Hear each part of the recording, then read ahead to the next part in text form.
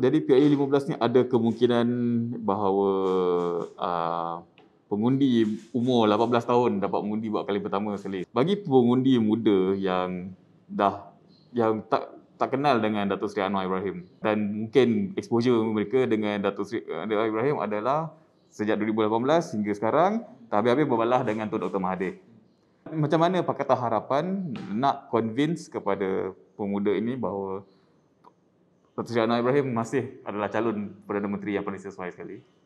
Baik, sebab tu saya sebut bahawa Pakatan Harapan tidak boleh eksklusif hanya Pakatan Harapan sahaja. Kita tahu selain daripada kita ada kekuatan-kekuatan lain yang boleh dimanfaatkan untuk appeal undi golongan muda. Yang saya fikir kekuatan ni mungkin ada kepada pejuang, mungkin ada kepada muda dan mungkin juga ada kepada sebahagian daripada circle yang tidak percaya, sebahagian daripada circle pemuda UMNO yang tidak percaya kepada kepimpinan Muhyiddin Yassin sekarang.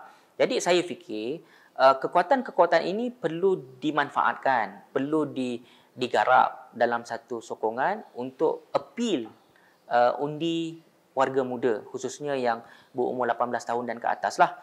Yakinkan mereka dengan apa agenda yang kita nak buat secara bersama. Kalau ada perbezaan-perbezaan yang boleh kita urus dengan baik, maka kita uruslah perbezaan-perbezaan itu.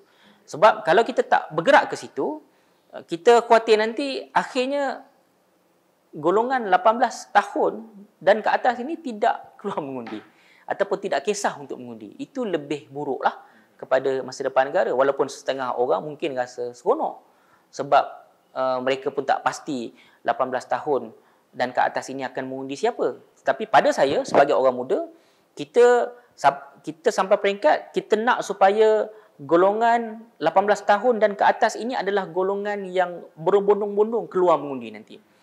Untuk membolehkan mereka keluar mengundi secara beramai-ramai, maka satu messaging, satu rangka komunikasi ataupun tawaran yang jelas perlu dirangka oleh peringkat Pakatan Harapan sendiri. Sebab tu sekarang ini di peringkat Pemuda Pakatan Harapan 3 benda yang menjadi fokus kita. Yang pertama, pengukuhan ataupun pemantapan di peringkat kerjasama komponen. Kemudian yang kedua, di jawatan kuasa yang melibatkan pengubalan polisi dan juga dasar yang nak ditawarkan. Dan yang tiga adalah komunikasi ataupun messaging khususnya kepada warga muda. Tiga-tiga perkara ini saya rasa memadai untuk kita bergerak secara bersama-sama. Kalau perkara ini boleh digarap dengan baik, maka tak ada sebab untuk warga muda ini tidak menyokong kita.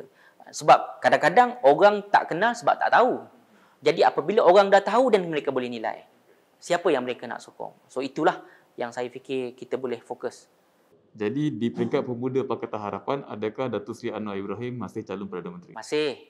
Masih calon Perdana Menteri.